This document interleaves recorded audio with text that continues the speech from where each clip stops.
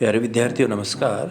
BSc third year के first paper में हमारा टॉपिक चल रहा है अनुक्रमण और आज हम अध्ययन करेंगे जल कर्मक हाइड्रोस्फीयर यानी जलीय निकाय में होने वाले पादप अनुक्रमण के बारे में।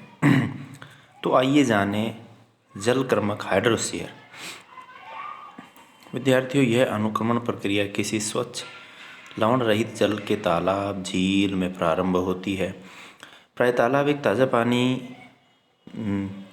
ताज़ा पानी की झीलों के बीच में अधिक गहराई होती है व इनके किनारे छिछले या कम गहरे होते हैं। जलानुक्रमण की प्रारंभिक अवस्थाओं में जल निमग्न एवं प्लवमान जलोद्भिद पौधे दृष्टिगोचर होते हैं। इन प्रोगामी पौधों से प्रारंभ होकर यह अनुक्रमण की प्रक्रिया विभिन्न कर्मक अवस्थाओं से अग्रसर होती हुई अंत में सघन वन के रूप में चरम वनस्पति में परिवर्तित होती है। सरोवर या तालाबों से होने वाली जल अनुक्रमण प्रक्रिया की विभिन्न अवस्थाओं का संक्षिप्त विवरण इस प्रकार से है।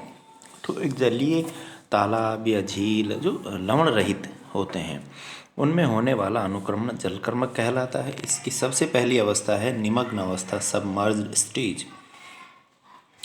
तालाब की 10 से 20 फीट गहराई वाले क्षेत्रों में या मध्य भाग में अनुक्रमण की इस अवस्था का प्रारंभ होता है।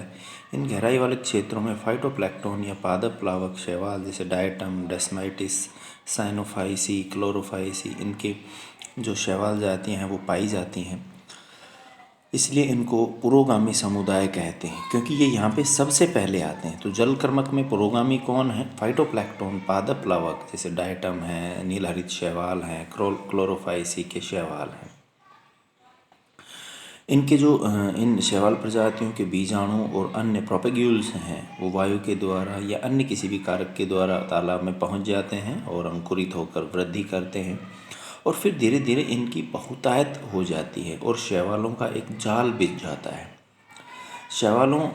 शैवाल प्रजातियों के आविर्भाव से पहले तालाबों में अधिक गहराई के जल में पोषक तत्वों का अभाव एवं प्रकाश तीव्रता का उपयुक्त नहीं होना ये ऐसे कारण थे जिनकी वजह से अन्य जल निमग्न पौधे यहाँ उगने में सक्षम नहीं थे। यानी अन्य पौधे यहाँ क्यों नहीं उग पाते? क्योंकि गहराई में जो जल की जो बहुत ज़्यादा गहराई होती है उसमें सूर्य का प्रकाश नहीं पहुँच पाता। निमग्न अवस्था में पाए जाने वाले जो प्रमुख शैवाल हैं एनाबीना, एनाबिनोप्सिस, माइक्रोसिस्टिस ये प्रमुख हैं। इसी प्रकार जो हरित शैवाल हैं उनमें वोल्वोकेल्स के जो प्रमुख सदस्य हैं, इसके अतिरिक्त डायटम है, डेस्माइट ये शैवाल समूह इसमें पाए जाते हैं। जो नीलहरित शैवाल हैं उनका स्थान इसमें विशिष्ट है क्योंकि इनकी विभिन्न प्रजातियां नाइट्रोजन स्थिरीकरण द्वारा जल में नाइट्रोजन युक्त पोषक तत्वों एवं कार्बनिक पदार्थों की मात्रा को धीरे धीरे बढ़ाती है। क्योंकि जल में नाइट्रोजन स्थिरीकरण जब करेंगे तभी वहाँ पर अन्य जो पौधे हैं वो उग पाते हैं और इस कारण से अन्य जो शैवाल जैसे स्पायरोगाइरा, हाइड्रोडिक्टियन, क्लेडोफोरा ये भी यहाँ पर उगने लग जाते हैं और जो तंतुमय शैवाल है उनके कारण एक जाल निर्मित हो जाता है। इस प्रकार से जो प्रारंभिक अवस्था है वहाँ शैवालों की बहुलता होती है, शैवाल बहुत ज़्यादा होते हैं और इनकी जो प्रक्रिया होती है उसके कारण शैवालों के कारण से उस जल में कार्बनिक पदार्थों की मात्रा में वृद्धि होती है और इन शैवालों की मृत्यु के पश्चात ये जल में वहीं पर एकत्रित होते रहते हैं जिस कारण से जलाशय की गहराई कम होती जाती है। दूसरी स्टेज है फ्लोटिंग स्टेज, प्लवमान या प्लावी अवस्था।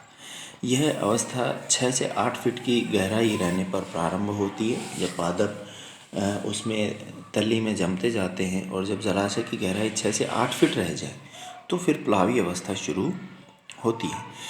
इस समय निमग्न पादप और अधिक गहराई वाले स्थानों की ओर अभिगमन करने लगते हैं एवं इनका स्थान प्लावी पौधों के द्वारा लिया जाता है। ये 2 प्रकार के हो सकते हैं, स्वतंत्र रूप से तैरने वाले जैसे लैम्ना है, वुल्फिया, जलकुंभी, सल्विनिया, स्पाइरोडिला, पिस्टिया और स्थिर प्लावी जैसे निम्फिया, निमाइडिस, नेलम्बो, सेजिटेरिया, मोनोकोरिया। तो ये 2 प्रकार के प्लावी पादप अब जो शैवाल है उनकी जगह ले लेते हैं। प्रजनन क्रिया द्वारा इन पौधों की संख्या में निरंतर वृद्धि होती है। इसके साथ ही इनकी पत्तियों के जलाशय की सतह पर फैल जाने से जल निमग्न पौधों तक प्रकाश की मात्रा नहीं पहुंच पाती। कुछ प्लावी पौधे जैसे जलकुंभी है, जो सल्विनिया की वृद्धि तो इतनी अधिक तीव्र गति से होती है कि ये जलाशय की पूरी सतह पर छा जाते हैं। इसके अतिरिक्त इन प्लावी पौधों की पत्तियों द्वारा वाष्पोत्सर्जन होता है, जिसकी वजह से ये पादप के जल की उल्लेखनीय मात्रा को वाष्प के रूप में निष्कासित करते हैं। किनारों से कटी हुई मिट्टी के एकत्रण, निमग्न एवं प्लावी पौधों के मृत अवशेषों के कारण वाष्पोत्सर्जन के कारण जल की गहराई में कमी आने लगती है और प्रतिकूल परिस्थितियों में प्लावी पादप समुदाय भी धीरे धीरे विलुप्त हो जाते हैं और इनका स्थान नए पादप ले लेते हैं। यानी पहले शैवाल जो फाइटोप्लैंक्टन होते हैं ज़्यादातर, जिनको पादप प्लवक कहेंगे, दूसरे प्लवमान या प्लावी जो जल के सतह पर या स्थिर प्लावी पौधे होते हैं वो, और इसके बाद इनका स्थान भी नए पादप ले लेते हैं रीढ़ स्वयं या जड़ अनुप अवस्था।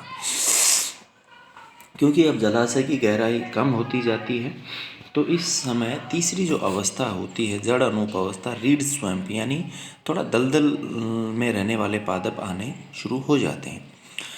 इस अवस्था में किनारों से अपरदित मृदा एवं मृत, निमग्न तथा प्लावी पौधों के अवशेषों से बनने वाली ह्यूमस के निरंतर जमा हो जाने से जल की गहराई में और अधिक कमी आ जाती है। इस समय सामान्य तौर पर जल की गहराई 4 फीट और कभी कभी तो 1 फीट ही रह जाती है। ऐसे स्थानों पर उभयचरी या कीचड़वासी पादप जैसे टाइफा, फ्रेगमाइटिस, साइप्रस, सिरपस, कारेक्स, रोमेक्स, जंकस ये उगते हैं। तो जैसे जैसे जलाशय की गहराई कम होती जाती है अब उसमें दलदल ही रह जाता है। वो ज़्यादातर 4 फीट या कभी कभी 1 फीट जो गहराई रह जाएगी तो उभयचर एम्फीबियस पादप या कीचड़ वाले हेलोफिलस ये वहाँ उगने लगते हैं। इनका आधारी भाग पानी में डूबा रहकर जड़ों द्वारा कीचड़ में स्थिर रहता है, लेकिन अधिकांश भाग एवं पत्तियां जल के बाहर रहती हैं।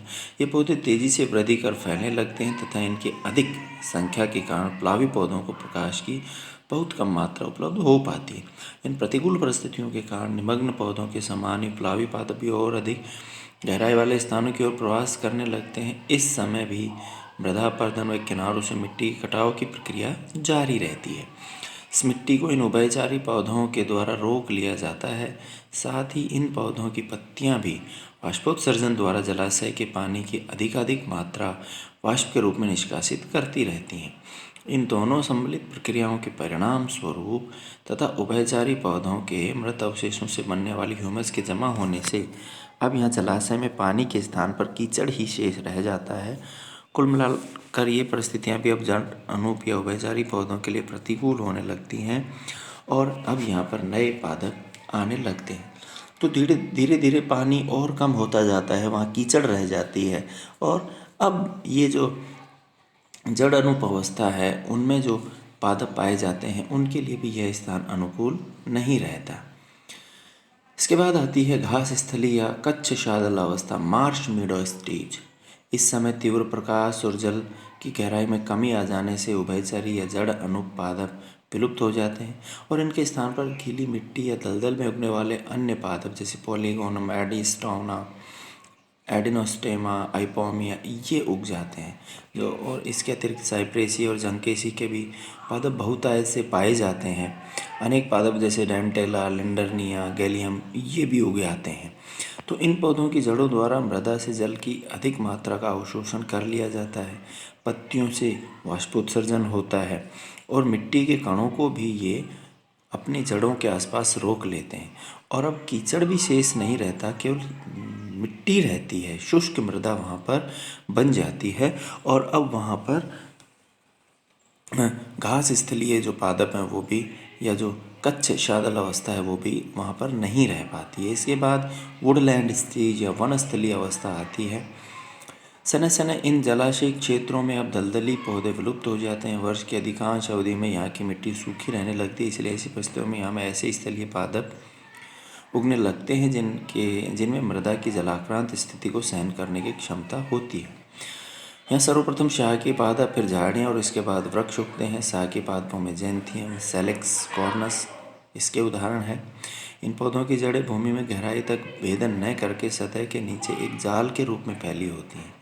क्योंकि मृदा में जल की मात्रा सतह के नीचे पर्याप्त होती है, इन झाड़ियों के बीच कुछ पादप वृक्षीय पादप जैसे पॉपुलस ये भी अपनी उपस्थिति दर्शाते हैं।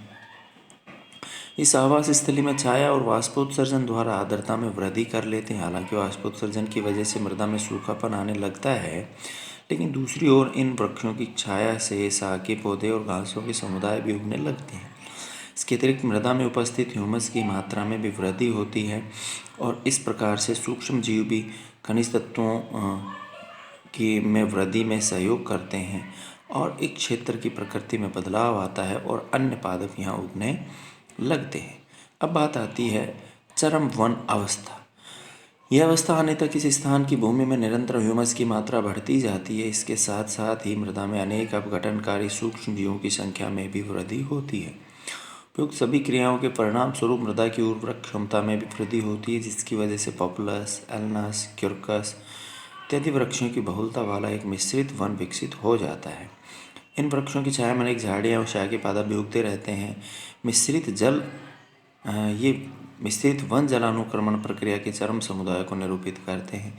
अनुक्रमण प्रक्रिया के चरम समुदाय के निर्धारण में क्षेत्र विशेष की जलवायु का तो महत्वपूर्ण योगदान होता ही है, परंतु इसके साथ ही अन्य कारक जैसे स्थलाकृति, मृदा, सजीव, अग्नि एवं वर्षा भी चरम समुदाय के विकास को प्रभावित करते हैं। उदाहरण के तौर पर औसत वर्षा वाले क्षेत्रों में शुष्क पर्णपाती वन, जिनमें एनोजीनस, जीसस, ब्यूटिया, डायोस्पायरस ये बहुतायत से उगने लगते हैं। इस प्रकार जलानुकरण प्रक्रिया के गहन अध्ययन से स्पष्ट होता है कि इसके अंतर्गत जो स्थान कभी जल में डूबा हुआ था वह वनों के रूप में परिवर्तित हो जाता है। इसके अतिरिक्त जलानुक्रमण में पुरोगामी पादप समुदाय की स्थापना के पश्चात विभिन्न क्रमक समुदाय एक के बाद एक तब तक प्रकट होते हैं जब तक कि अंतिम रूप से चरम वन अवस्था नहीं आ जाती है। तो इस प्रकार से हम देखते हैं विद्यार्थियों कि जिस स्थान पर कभी जलाशय था वहाँ स्थलीय पादप और वन का विकास हो जाता है और यही जल अनुक्रमण जल क्रमक है, जो एक जलाशय से शुरू होता हुआ और वन पर आकर ख़त्म हो जाता है। तो विद्यार्थियों आज के लिए इतना ही।